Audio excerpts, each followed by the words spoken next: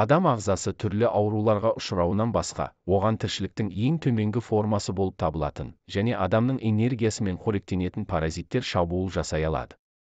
Адам ағзасындағы паразиттер оның әл-ауқатын едәуір нашарлатуы мүмкін, және олардың қалуы әрдайым іссіз және симптомсыз өтпейді. Көбінесе халықтық әдістермен емдеу паразиттермен күресте ең тиімді болып табылады. Бірақ халықтық әдістермен емдеуді бастамас бұрын, паразиттер адам ағзасына қонғанда қандай белгілер пайда болатынын, және паразиттердің қандай екенін білуіңіз керек. Паразиттер негізгі үш түрі. Адам ағзасында әр түрлі паразиттердің көп мөлшерін кездестіруге болады. Ол саңырауқұлақ бактериялар мен қарапайымды паразиттер, сондай-ақ гельминттердің алуан түрлілігі, яғни паразиттік құрттар болуы мүмкін. Егер адам ағзасында өкінішке орай жиі кездесетін паразиттік құрттар туралы айтатын болсақ, ондаған түр бар, бірақ ең дамыған үш негізгі түр бар. Құрттары. Таспа құрттар. Аскарис. Құрттары.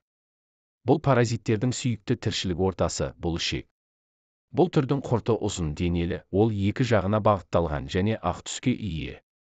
Паразиттің жұмыртқаларын анықтау қиын, өйткені оларда пигмент жоқ.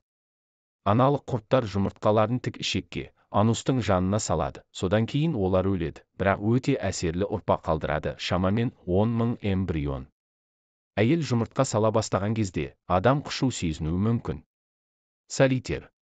Жоқ, солитер бұл стандартты компьютерлік ойындарда солитер емес, бірақ таспа құрт деп те аталуы мүмкін қауіпті паразит. Бұл классификацияның ең танымал паразиттері сиыр таспасы және шошқа таспасы.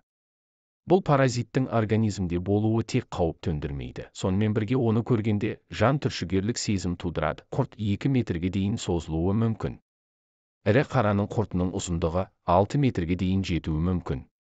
Паразиттің денесінде ұсақ сорғыштар бар. Олармен ол ішектің қабырғаларына жабысады, бірақ бұл бәрі емес. Құрт денесі жеке бөліктерге бөлінеді. Олар жұмыртқаларды денеден бөлініп, өздігінен шығуға бағытталатын жұмыртқаларды тасымалдайды. Бұл сиыр таспасына тән, бірақ шошқа таспасы адам денесін нәжіспен бірге қалдырады. Дәл осы шошқа таспасы адамдарға үлкен қауіп төндіреді, өйткені денеге личинкалар да енеді. Олар миға, көзге және адам денесінің басқа бөліктеріне ене алады. Егер адам ағзасында осы паразиттің бар екендігін көрсететін белгілер табылса, халықтық әдістермен бір емдеу жеткіліксіз болады. Бүкіл денені ұзақ және керемет тазарту қажет болады. Аскарис.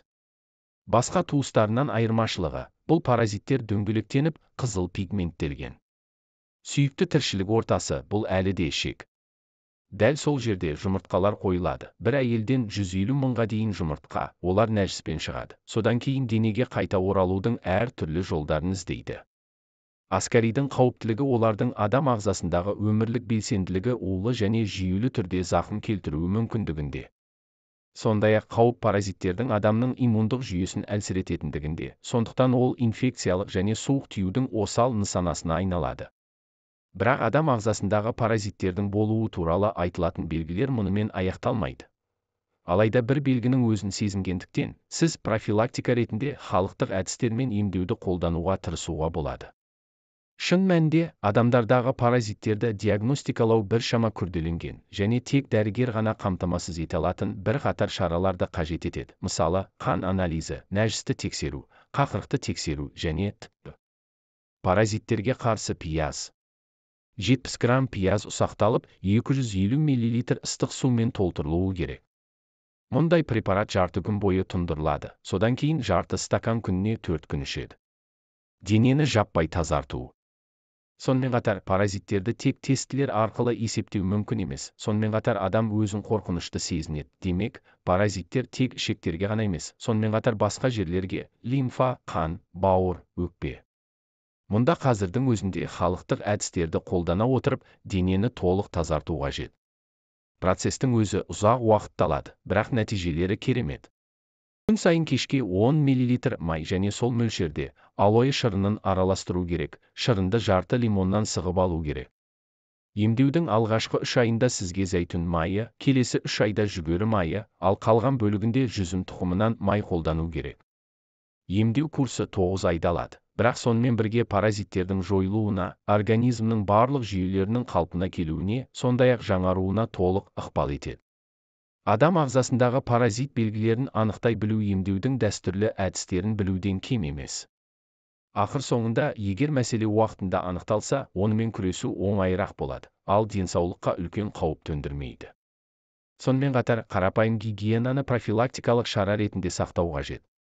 Өзіңізге деген мұқият көзқарас және денсаулығыңыз туралы күту ғана паразиттер мен жұқтыру қаупін болдырмауға көмектеседі.